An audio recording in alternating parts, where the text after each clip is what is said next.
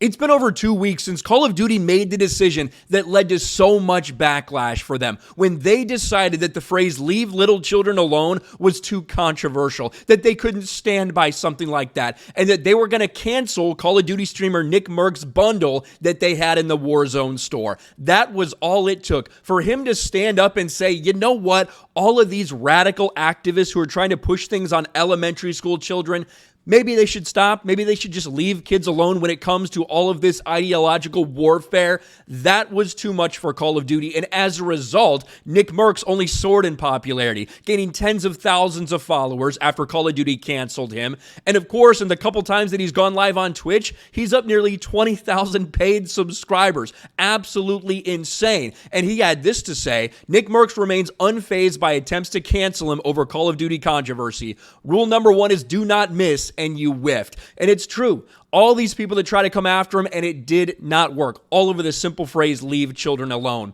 When it comes to Call of Duty, however, I guess the most positive thing you can say about them is that they actually put out a few tweets over the last few days that didn't get completely and totally ratioed. That is a massive win for them. But unfortunately, it comes as they are continuing to dive down the sales charts. You know, people were really happy to talk about, well, I guess the boycott didn't work for Call of Duty when in the hours after they debuted their newest DLC, it jumped nearly to the top of the Steam charts. However, after those few hours were up, it started a steady decline. And of course, you'd expect it, not like it's going to stay at the top forever, especially with new things releasing.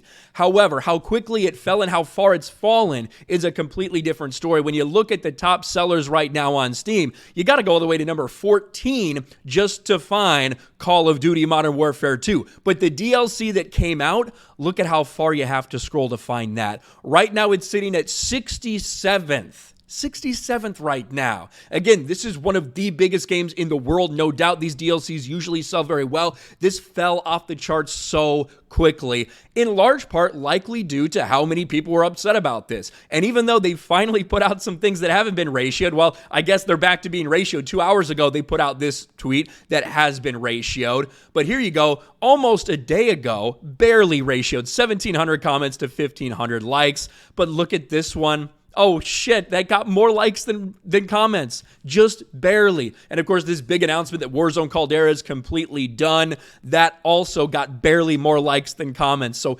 maybe the backlash is starting to slow down a little bit for Call of Duty. That's a win for them when they can put out a tweet and just barely not get ratioed. Even though I imagine when you go back and you look at all these comments, it'll say similar things. Leave children alone, leave children alone, leave children alone, leave children alone, leave children alone, Call of Pedos Modern Groomers, a lot of stuff like that. I'm not sure. I don't think they expected it would last this long. I really don't. And when you look at the Steam charts in terms of player base, they barely saw an uptick with this drop of Season 4. I think that this thing had a lot bigger impact than a lot of people were willing to admit in the beginning. There are a lot of options out there for people to play. A lot of games that people can play other than Call of Duty, and whether it's the X-Defiant beta that seemed like it was a little messy, whether people are playing Apex or Fortnite or whatever, even a lot of these big streamers, like people like Dr. Disrespect, people like Nickmercs that are not playing Call of Duty anymore because of this nonsense, I think it's had a bigger impact than people thought, especially with how quickly after the release of this DLC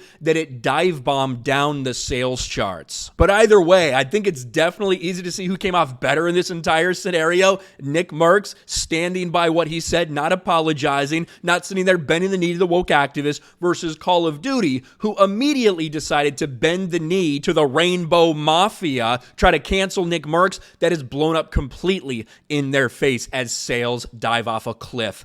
Let me know your thoughts about all this on the comment section below. Smash a like button, subscribe to the channel, ring the bell for notifications, share this video out there, and I'll talk to you later.